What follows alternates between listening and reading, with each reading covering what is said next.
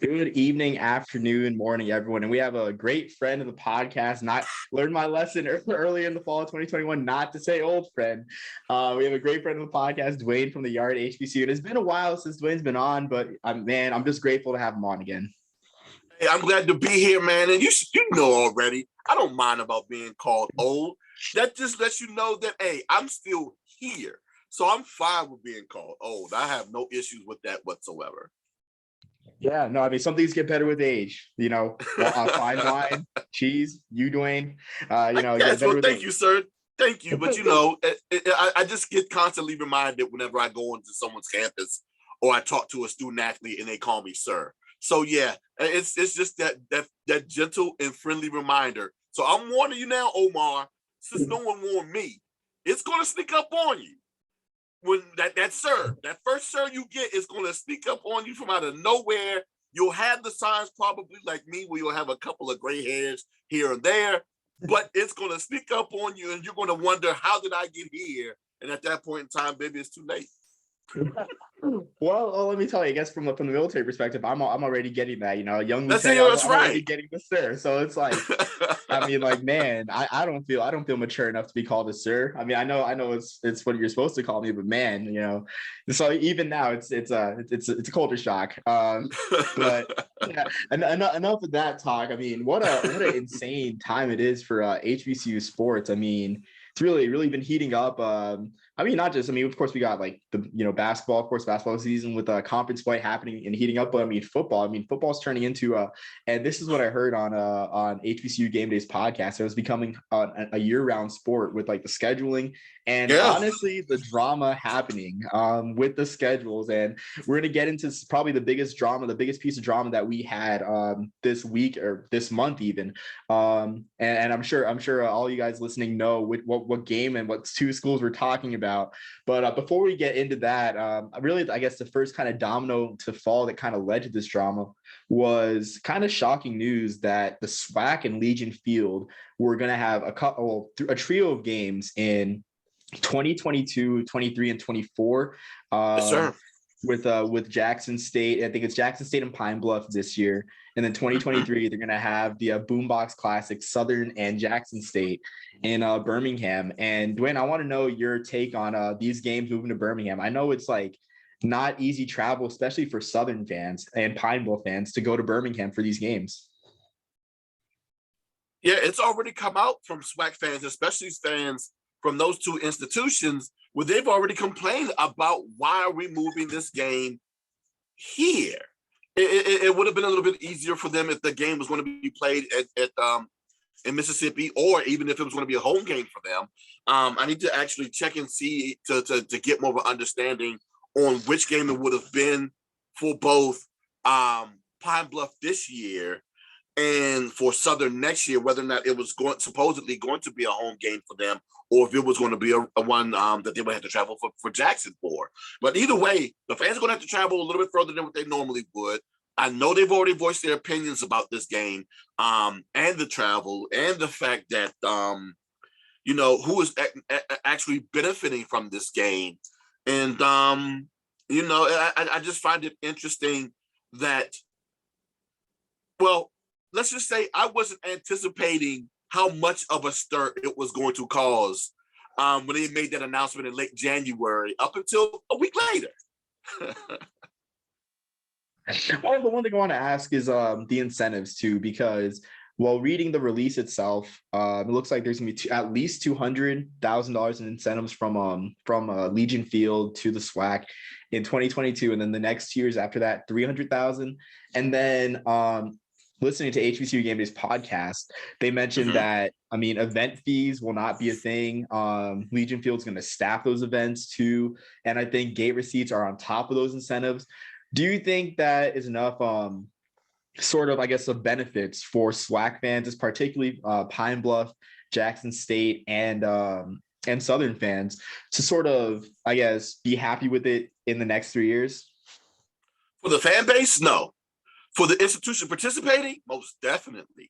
And that was one of the things, and we'll talk about it a little bit later when we, like I said, that stir that continues. We'll get to that just a little bit later on how those incentives especially more so benefits, well, not more so benefits Jackson, but the difference between the benefits that Jackson will be receiving from the SWAC Classic versus, of course, the elephant in the room that we're going to talk about in just a little bit. But benefiting the fans? No, not really. But yeah, like you said, whenever a conference or an institution does not have to come out of pocket, they're going to lean towards making that decision. And that's one thing that, unfortunately, and it seems like something I've had to discuss a lot in recent years, the business of collegiate athletics, and having an understanding of how your institution generates revenue, how it's in need of generating more revenue, and the tactics that they take in order to do so. And unfortunately, that tough decision, especially as it pertains to HBCU athletics, when you have to decide between economics and culture, what your move is. And I know a lot of times fans who are a little bit smarter than me will say that there are things that they can do that they can appease both economics and culture, but sometimes you're not forced, when you're not given the opportunity to have that type of luxury to make that type of decision, and you have to do whatever's best for your institution. Absolutely. I mean, and I know it's well publicized that, HBCUs, SWAC, and the MEAC, maybe in basketball, but even in football too, how their budgets are really underwhelming. Yeah. And I don't blame them for taking these games, but I almost want to ask, like, do you think the reception would have been better received if these games were played at the new UAB Stadium, Protective Stadium, than at Legion Field? If it was played at a more travel-friendly location for these institutions, most definitely. Right. Also, and I'm going to say, I've had some conflict with Jackson fans over the past calendar year. I'm going to say, hey, welcome to the world of the fans of North Carolina A&T State University. This is the type of stuff that we've had to deal with in recent years ourselves. The only difference is we've had the benefit of walking away from Atlanta with a trophy. Sorry, it just is what it is. But the thing is, I'm sorry, I had to be a little petty for that moment. But the thing is, especially when you have a coach that has an understanding of business and is looking to make decisions that is better for the fiscal, well, is better fiscally for their program, he's going to look to make that decision. Damn the culture, because he doesn't come from that culture. He's the he's an FSU alum, and he did get his degree from Tougaloo, so technically he did get his degree from an HBCU, but he's not one who is technically immersed in HBCU culture. So he's not going to be concerned about that. He's probably not even going to think twice about that. But the interesting thing is, of course, with the decision that was made with the SWAC Classic, of course, he instantaneously let people know that the decision was not his. It was one of the athletic director and of the SWAC commissioner. And I will say there probably could have been some better planning with this. But, hey, welcome to the world of being criticized, JSU fans. I love, it's something that you're going to get when people look at you as a target. It was just a couple of months ago when people were considering you to be America's HBCU, and they loved you and embraced you with open arms. And now you're just being completely criticized for a couple of the decisions that you've made. And dude, you haven't even left the conference.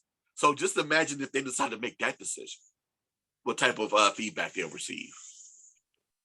Yeah, absolutely. It's an interesting point you make about, I guess, America's HBCU with like Jackson State and the scope of Jackson State with Deion Sanders. I want to make a couple points in response to that. First off, with like Birmingham being travel friendly, I want to bring up my experience with Legion Field, because that was the first game I took my friend from Oman to. I took him to the Tuskegee Morehouse Classic, which I should have worn that shirt if I was going to talk about it. I mean, I just like the colors in the red tail shirt. It was a better t-shirt. But the Tuskegee Morehouse Classic, for years, of course, at A.J. McClung Stadium in Columbus. I can't speak to the atmosphere of that stadium. I'm sure you can. I ended up not going to the Fountain City Classic. Never been. Sure I've never been. Yeah. Never been? Okay.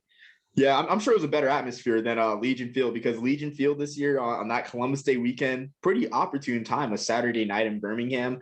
That game drew less than 7,000, and they removed the tarps from. The funny thing was, like, they always had the tarps in the end zones for the UAB games, even the Birmingham Iron games.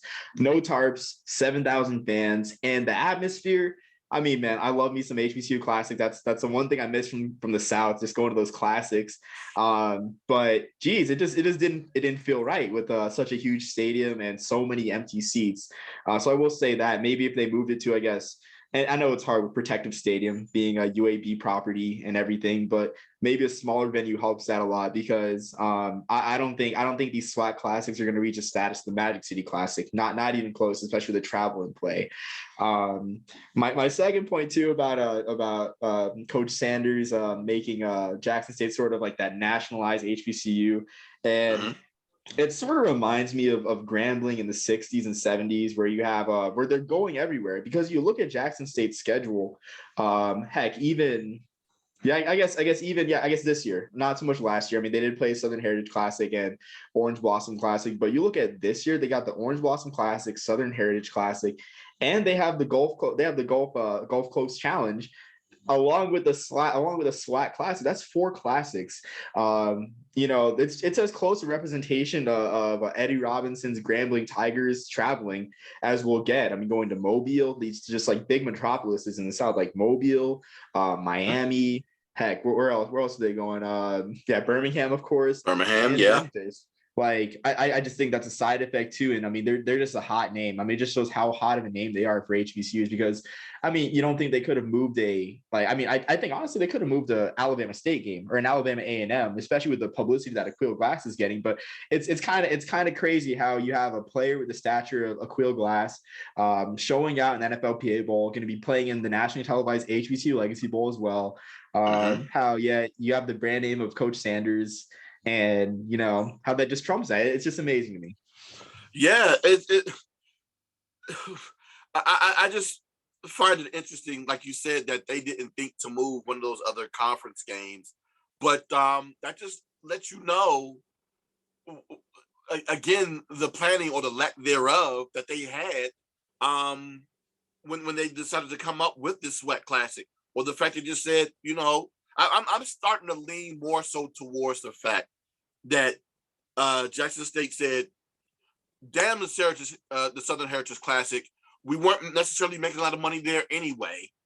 Let's go ahead and put ourselves in a situation where we can go ahead, play a game, and make this money. And I'll get to an infamous quote from their head coach that says basically just that. Yeah, I mean, it's sad because you have a tradition there too. I don't know about the money statistics with the Southern Heritage Classic. I always thought it was a lucrative affair because you had 55,000 or at least 50,000 a year going to that game. Jackson State a couple hours away from Memphis. I always thought that was a lucrative affair. I was not under the impression that they were losing money or like not making as much money. I mean, if anything, I thought they'd be losing money with like the Orange Blossom Classic or even the Gulf Coast Challenges. Or actually, they didn't play that one. Excuse me. But yeah, the Orange Blossom Classic, at least this year, and I was under that impression. So it's really interesting to me that you point that out too. I feel like we're kind of getting lost in like the positives of this. For Arkansas Pine Bluff, rising program. Skylar Perry, great job at quarterback these past couple of years. Tyron Ralph too, dangerous return man as well. How big do you think this is for their program? Because they generally don't get these high profile neutral site games, just being in Arkansas and at Pine Bluff. They most definitely don't get these games, and it's more so because of how they've played in recent years. Now, I'm trying to remember. I think they lose Ralph this upcoming season. I thought he was a senior, but it's going to be very interesting to see this team that is just a season and a half removed from being in the SWAC championship game, to see whether or not they're going to be able to get back to that level. They had a lot of struggles this past season. They've dealt with a lot of injuries this past season as well. It's going to be very interesting to see if they're going to be capable of rebounding and getting back on that plateau. But they're going to have a tough climb within their division. Yeah, I gotta say that the SWAC West, how exciting that was too. I think maybe we should call it like the Grambling vacuum, the Grambling Southern vacuum, where they're not at the top and opens things up for Prairie View, opens things up for Pine Bluff, makes it such an exciting division. And I mean, Prairie View, honestly, I was rooting for them to win the title game too, because I mean, I guess like the last bowl they'd been in was like their NAIA days, like I think the Camellia Bowl back in like the early '60s. Oh yeah, it has been a minute since they've been in a postseason game, and it's been a while since they've won a SWAC championship too. Yeah, so I mean, I don't know if we'll see that this year. I think it'll take at least a year or two for Grambling to come back to full strength with Hugh Jackson as coach. We'll see if the Coach Sanders effect is in place out there at Grambling. But I just want to note the SWAC West vacuum there too. I mean, really intriguing. Well, there are a lot of Grambling fans that are hoping that they end up having that 1 year turnaround, just like a Jackson State. But it was very interesting. You talk about how busy this offseason has been as it pertains to HBCU football. I'm right there in agreement with you. There's been so much going on this in post January with, of course, basketball season. We're in the thrust of that. I really haven't been following basketball season the way that I should be at this point, because like you said, there's been so much going on with football. Also, North Carolina A&T and their track team, top 5 in the nation. And of course, the indoor track season going on. And we're almost at the end of the indoor track season, which is going to be in a couple of weeks. So it's just been so much. Baseball and softball starts this weekend. There's been so much going on. And it's like you got to keep your head on a swivel to try to figure out and keep up with everything that's going on. And then the things that are happening within HBCU football just makes it that much more difficult. And when you have these storylines, like players that commit to Southern are now stolen by Grambling State a week later, and then you have like you said, the National Signing Day was showed up. The teams that were ranked and where they were ranked and nationally based upon the recruiting, the releasing of the schedules, and then of course this stuff that's going on with the SWAC Classic and the Southern Heritage Classic, and then of course conference realignment and how that's affecting HBCU conferences with Hampton moving again, the potential of A&T and Howard moving. So it's just been, and the potential of Chicago State coming over to the MEAC. Just been so much going on in the past 2 months. It's just been insane and it's just been extremely hectic. Absolutely, and I mean, I'm a football guy. You know, I'll make no mistake about it. I've been trying to pay attention to more of the Olympic sports too, but it's been hard. Absolutely, like I had no idea about Grambling State, Southern, and yeah, don't even mention the conference realignment. Like, it's amazing. I feel like the CAA is honestly becoming too big. But that is another discussion for another time. Honestly, at least in terms of football, I thought we went through the 16-team experiment with the WAC in the '90s, but I guess we're trying it again. Everybody's this conversation of super conference has been one that has been floating, not just in the FCS, the FCS world, but also within HBCUs as well, where there's been conversations of, okay, what happens if we can go ahead and have a super conference, have a 16-team conference? How would this look? How would this work? How would this work with travel? Yeah, you're right. That just becomes a dangerous territory, especially if you don't have the finances to deal with that. So it's going to be very intriguing to see exactly what happens with the future of FCS football, the CAA, what type of moves they make, and what type of subsequent moves the other conferences that currently have 7 teams or less, how they continue to deal and thrive, and how the NCAA actually deals with this, especially in the coming season. Yeah, absolutely. And I guess to put a bow on this before we talk about our elephant in the room, talking to a friend about it, about the whole conference realignment.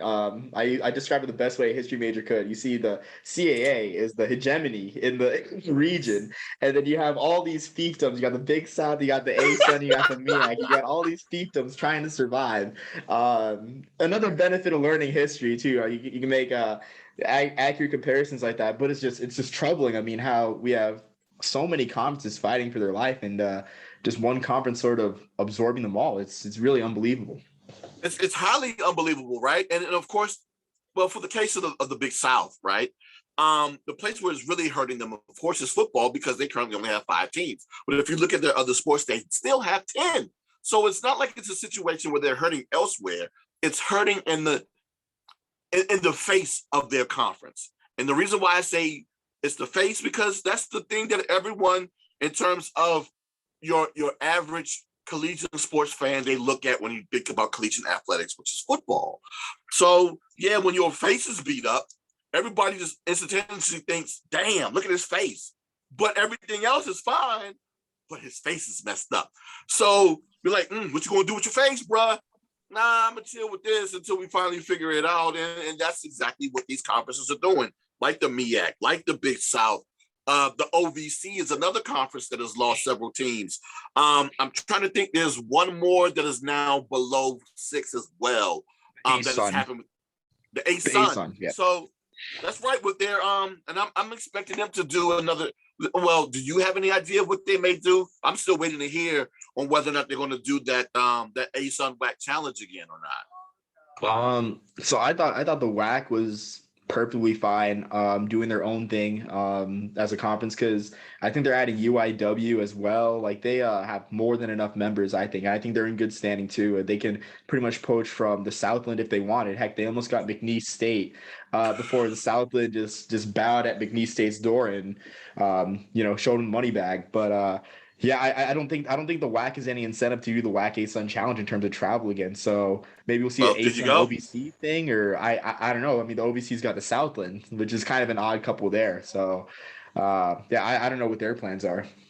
And that's the thing that I try to let people know, because there are a lot of people, especially a lot of HBCU fans, who want to see the MEAC try to pull off their own challenge as well.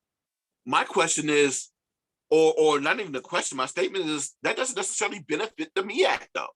What does it benefit the MEAC for them to actually go in and do this contractual challenge? Yes, they can play these conferences and fill a schedule, but it's not necessarily a benefit to them because they don't necessarily get an automatic qualifier when your champion automatically goes to the Celebration Bowl anyway. So what is the benefit for them to do this? Just having more games in their schedule, having a higher strength of schedule. Okay, that's still, even if you choose one of our teams to participate in the playoffs. So I mean, that's still not necessarily beneficial for them because they can do those things without having that challenge. So it's going to be real interesting to see the teams that actually need to have these AQs, what they're going to do, or like I said before, if the NCAA will relent and just drop that qualifier from the 7th. Yeah, I think honestly, I think there's too much bad blood for some of these challenges. Like you look at especially with the ASUN, I think the ASUN burnt a lot of bridges, poaching from the OVC and the Big South. So it's like, I mean, your two biggest regional allies, I mean, you poached from. So it's like, I mean, that bridge is pretty much burned. So, and that's a great point too. It's like at this point, like if say Howard were to leave the MEAC, I don't think the MEAC's in panic mode because, like you said, like they don't have an AQ to the playoffs anyway. So it's like, is it really that dire of a situation? Basketball, they'll be fine because they got they're non-football schools. They got their pair of non-football schools, but otherwise, I mean, it's kind of like not an existential crisis for them. But yeah, I guess moving on to the elephant in the room, the Southern Heritage Classic. I don't know if there's anything we didn't really, I guess, discuss about it, but it's just a really shocking turn of events, honestly, for really one of the we've seen classics come and go like the past 20 years. Out of all the classics, I mean, in major cities that are still there, yearly events, you just got like the Circle City, the Chicago, even the Chicago's in jeopardy, and then Southern Heritage, and of course everyone knows about the Bayou Florida Classics, but like it's a really dwindling landscape. But for the Southern Heritage Classic to not be played, or the thought of it not be played, it was really shocking to even someone who's a layman to HBCU football like myself. I mean, yeah, I mean, is there anything that we didn't say, Duane, about this happening? I mean, anything to fathom, really? I mean, if we can go down, of course, the timeline of events of how everything went down, because we've heard the phrase before, what a difference a day makes. What a difference a week makes, right? Man, even still, what a difference 2 weeks make. Because if memory serves me correctly, the announcement about the SWAC Classic happened on like January 28th or 29th. And then on February 1st, that's when the letter was written from Tennessee State to the organizers of the Southern Heritage Classic that, hey, we're no longer going to participate in this game. And then, of course, you got the message from Tennessee State's President Glover, who said that I'm trying to remember her statements, that it was insensitive, and I can't remember the other word that she used, but basically, not only was it in reference to them just removing themselves from the game and them not playing the game and not giving Tennessee State necessarily another option or another opponent to play in that game, but of course, she was more so concerned about the small Black businesses in the city of Memphis that would lose out on them not having that game there. And I was in the as much as I'm all pro get the bag if you're a collegiate athletics department, I'm also pro small business, Black or whomever, but of course especially Black businesses. But I really don't like it when the situation as abrupt and the one that's on the outside looking in seemingly appeared to be one that wasn't completely planned or thought through completely. They just thought that, hey, we're missing out on money. Let's get this money. What are we going to need to do in order to make this money? It's a game that they're going to have to play anyway in the SWAC, but they just decided that, hey, we're going to go ahead and cut our losses with this Southern Heritage Classic, a game where we're not necessarily making a lot of money, which was the report that came out. And let me see if I can find that quote from Coach, which was, this is, of course, coming from Coach Deion Sanders a couple of days after the announcement of them removing themselves from the game. Wow, I can't see. I can't believe I can't. Wait a minute. That's not it either. Here we go. This is the one. There it is. It says the games that we're playing in Alabama, of course, the games that are in Birmingham, the SWAC Classics, everything is paid. And I guess that's one of the primary differences between the SWAC Classic and the Southern Heritage Classic, is that the promoter of this game, they're taking care of everything. The university doesn't have to come out of pocket for anything. If memory serves me, they're paying for the bands to come, the cheerleaders to come, and of course, again, we talk about the culture again and how important it is to the fan base when they come out there. They got to see their sonic boom. They got to see their J sets out there. If they don't have them out there, they're gonna be upset. So with them coming out there and them being there and the organizers of the game paying for it, it makes it that much easier for them. And Sanders continues with, and the check is cut before we even get there. Instead of us just playing games, we're doing business now. End quote from Deion Sanders. So when I heard his quote about them doing business again, I didn't fault him for that. I was just upset with the lack of scheduling and the lack of planning and an exit strategy, not only for Jackson State, but to help out the Southern Heritage Classic and to get a new opponent in that game to play against Tennessee State so they can go ahead and have that game there. And trying to find one that would be able to generate, in my opinion, at least a minimum of 30,000 fans to come to that game. But to your points earlier, one, it's not necessarily the amount of the number of attendance that dictates how much institutions make from a respective classic. It's the contractual deal and the agreements that they make with the organizers. Now, according to reports, Jackson State, during their 29 years of playing in the Southern Heritage Classic, has made about $26 million, where, as opposed to the SWAC Classic, they're looking to make at least $3 million in their first 2 years of this classic. So they're getting a little bit over $1.5 million for those first 2 seasons, as opposed to just under $1 million with the Southern Heritage. And yes, especially when it comes to HBCUs and small institutions, every dollar counts. So, and especially when you don't have to come out of pocket. So yeah, like I said before, I have my pros on why I like the move, but I also have my cons on why I didn't like the move. And then I also find it more so interesting, of course, was the scheduling that came along with Jackson State and, of course, some of the other SWAC schools as well. But we can talk about that a little bit later as well. Yeah, absolutely. I mean, it all happened so fast and so close to the season, because you look at it, it's already February. It's hard to schedule games too. Yeah. I mean, you look at whoever has open spots on the second week of September. There obviously aren't many schools, and you mentioned the drawing power. It's like, I mean, what drawing power would I guess a random Southland school that of course has non-conference spots on its schedule, or like a OBC school has like non-conference spots too, or sorry, not OBC, it's Tennessee State, but ASUN, you name it. Like, what drawing power do they have too as well? I mean, I thought it was just all blurry. One thing I do wonder is maybe like considering like the date of the Classic too. If Jackson State didn't come back in, you look at Tennessee State's schedule this year. They got Bethune-Cookman on a holiday weekend, on Columbus Day weekend. Maybe that could have been a new tradition where they, where Bethune-Cookman, or I guess name any SWAC or any other SWAC or MEAC school to play in that game. I want to know your thoughts on that idea.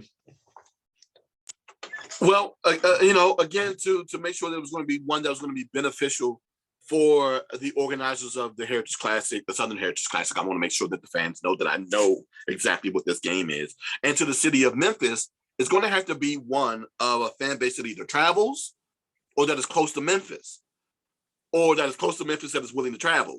So take your pick from one of the three, but it's going to have to be one of those three. And off the top of my head, I can't necessarily think of one. And that's where that problem lies, especially with that quick of a turnaround. It most definitely is going to have to be an institution that's going to be close to Memphis.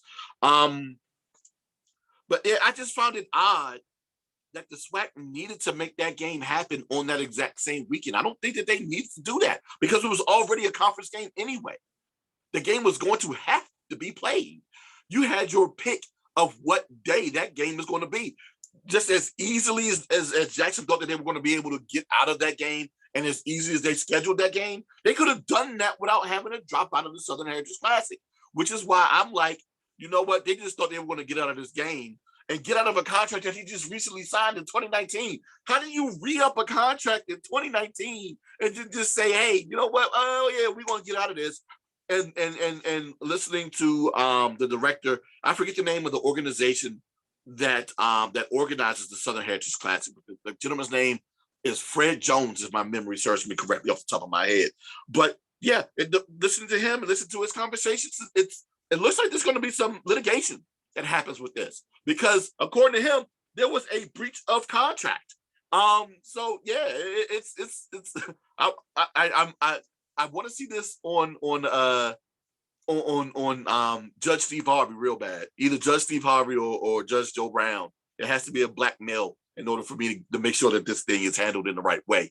But yeah, I just thought it was wild that, okay, last week we're capable of getting out of the game and we already got this game in place because we probably couldn't reschedule this game. But then all of a sudden, oh, we can reschedule this game.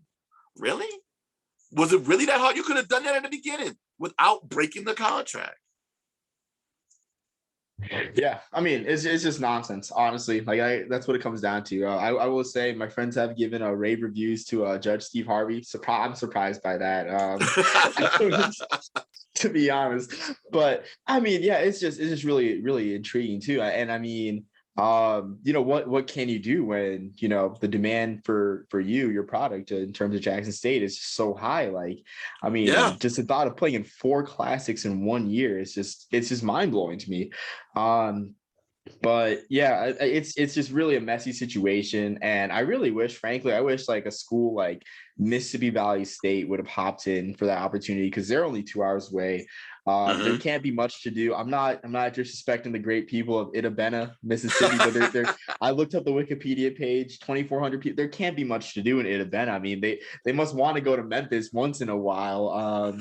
You know, the Itabena Board of Tourism can watch this and invite me on an all expenses trip down there. I'll take it. Have me on the sideline to a Delta Devils game. But you get my point. Like a program that's been struggling, and something to rejuvenate a real, I guess, sort of like a fan base on down times. But here we are back with Jackson State trying to pull a fast one and got caught, and they're back in the same position. So that's just ultimately like my thought too. I'm always about parity when it comes to like exposure and classics too. Like and I guess like a brief aside, like we're finally getting that parity with the MEAC SWAC challenge, where like there really aren't many options. So we're finally seeing teams like Norfolk State in the MEAC SWAC challenge. Who else? I think I don't know if Morgan State will be in, but like we haven't seen Howard in that classic in like if not ever in a good long time in the MEAC SWAC challenge. So like I'm all for parity in the classics.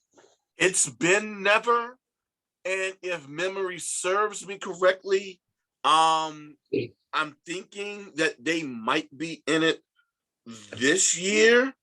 If it's not this year, I'm not necessarily clear on. Wait a minute. Let's see. Haha! Yes, it is this year.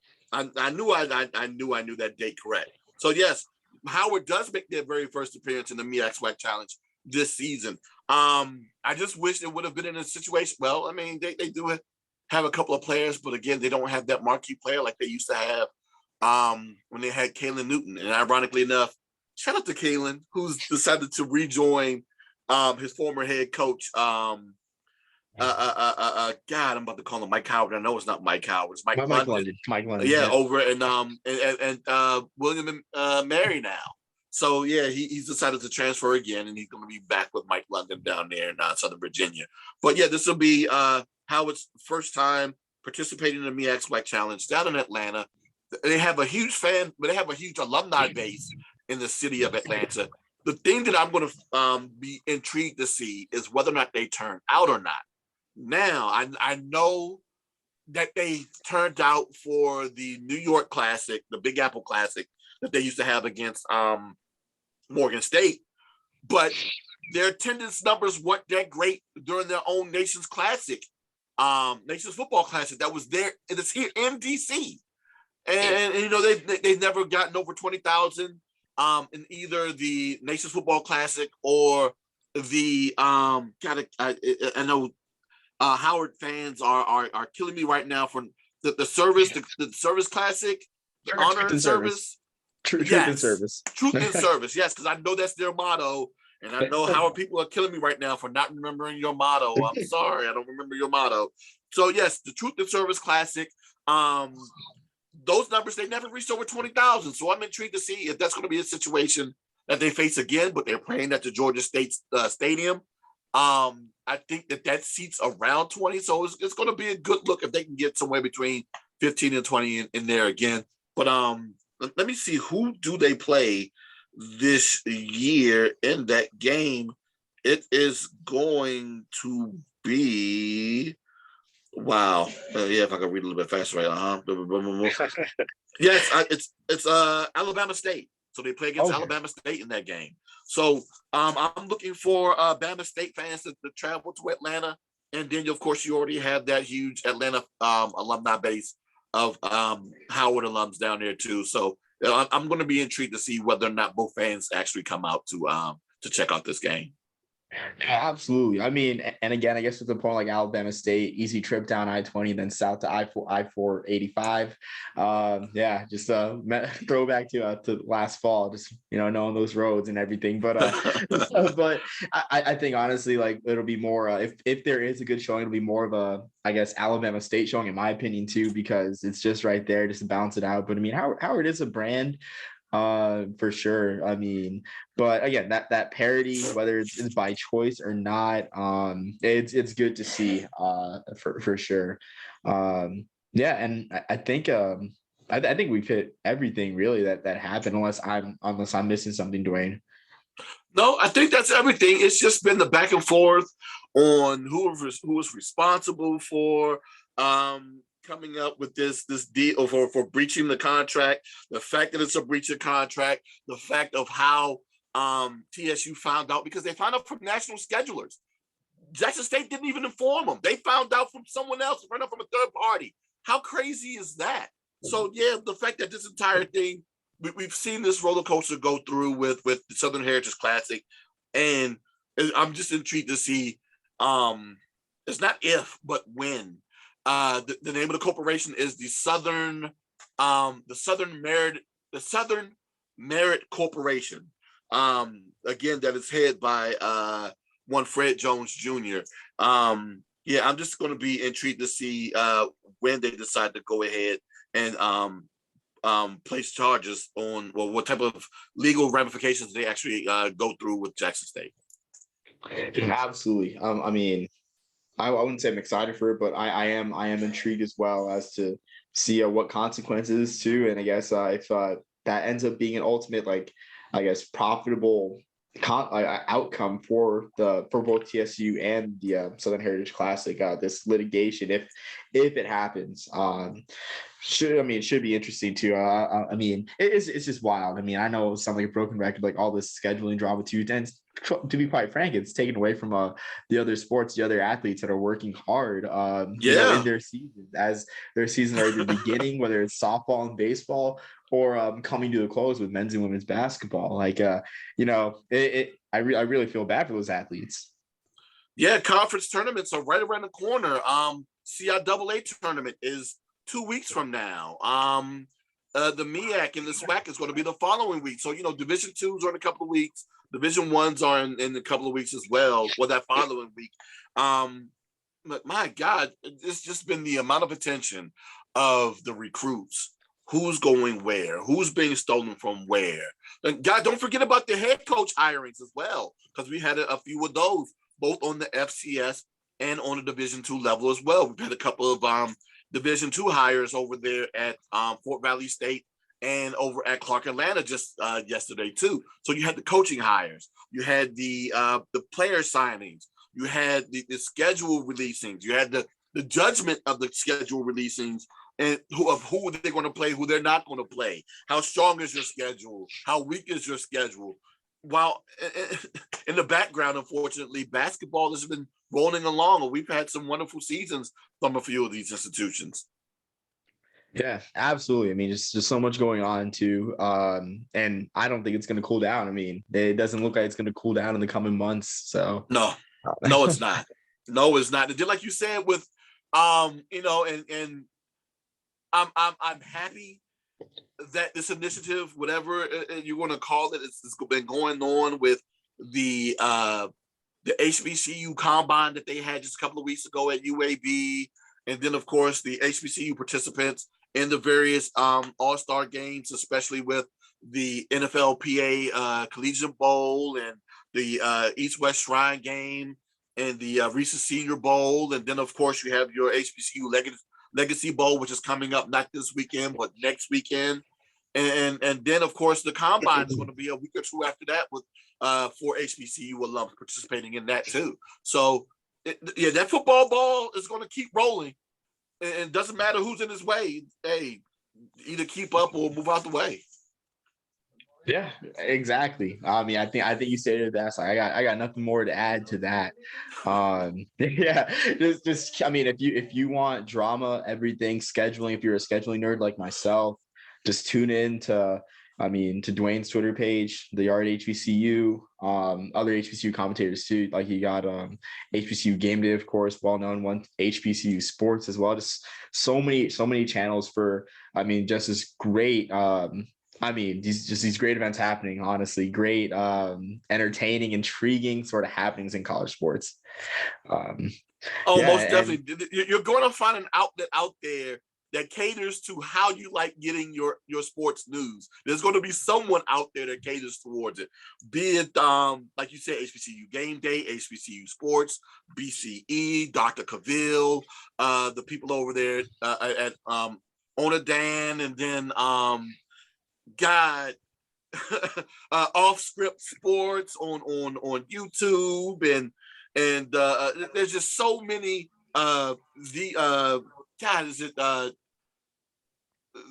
can't remember that show for Jackson State. But then, of course, if you live in the specific cities, you have your local, your area sports journalists and sports commentators that cover HBCU athletics as well, and they do a wonderful job too. So whoever you can get your information from, get it from them, and I know that they will do a wonderful job making sure that you will get the information that you're looking for. Absolutely. And I think that's a great way to end right there. I will add something on top of that. Well, I think Onondaga's my favorite because they have the HBCU Classic schedule. So if you're a Canary like me who likes to travel to games when you can, and you want an excuse to be a tourist, look up the Onondaga HBCU Classic schedule. It's the most comprehensive every single year. Every single year. Plan those trips every single year. I mean, they even, if you're curious, you want to see the history of classics progress. They got like, you can find their 2000 from like 2000 onward. You can find their 2000 HBCU classic schedule and just see how, what classes have gone away if you're really bored. Oh yeah. Shout out to my man Luke Williams over there at the Black College Sports page as well. Like I said, there's so many of us out there that cover this great sport of HBCU athletics. That give it to you from our perspective that you can't go wrong from where you get it from. Absolutely. I mean, there's so much to count to, and it's just truly a blessing. It's truly a blessing, to be honest. Yeah, that's all I have for tonight. What a way to end it, which is promoting all these content creators. Duane, do you have anything final to add? Wow. Again, like I said, get ready for the fans who are out there. It's almost time for your respective conferences, basketball conference tournament. So like I said before, the CIAA is coming up in 2 weeks. I know same thing probably with the SEAC as well. Same thing could be said for the OVC, the MEAC, and the SWAC the following week. And then next week actually will be the end of indoor track season. So, for those of you who are here in the DC area that are going to probably be at in Landover, Maryland for the MEAC indoor track championships, you most definitely will see me there. So yeah, the respective conferences will be having their indoor track championships for that. And then of course, like I said earlier, baseball, softball season is starting this weekend as well. So it's a lot of stuff going on, and we're here to help you keep up with everything that's going on too. Absolutely. Yeah, an exciting time. Sound like a broken record. So much going on, but don't stay inside, or if you're going to stay inside, take a look at everything, take it all in. So much happening. Just a great time in sports. Really, I mean, in this new year, really beginning with the bang. And with that, another great episode. Duane, great to have you as always. Glad to be here again. Yes. It had been too long. Until next time, everyone. Peace, love, and soul.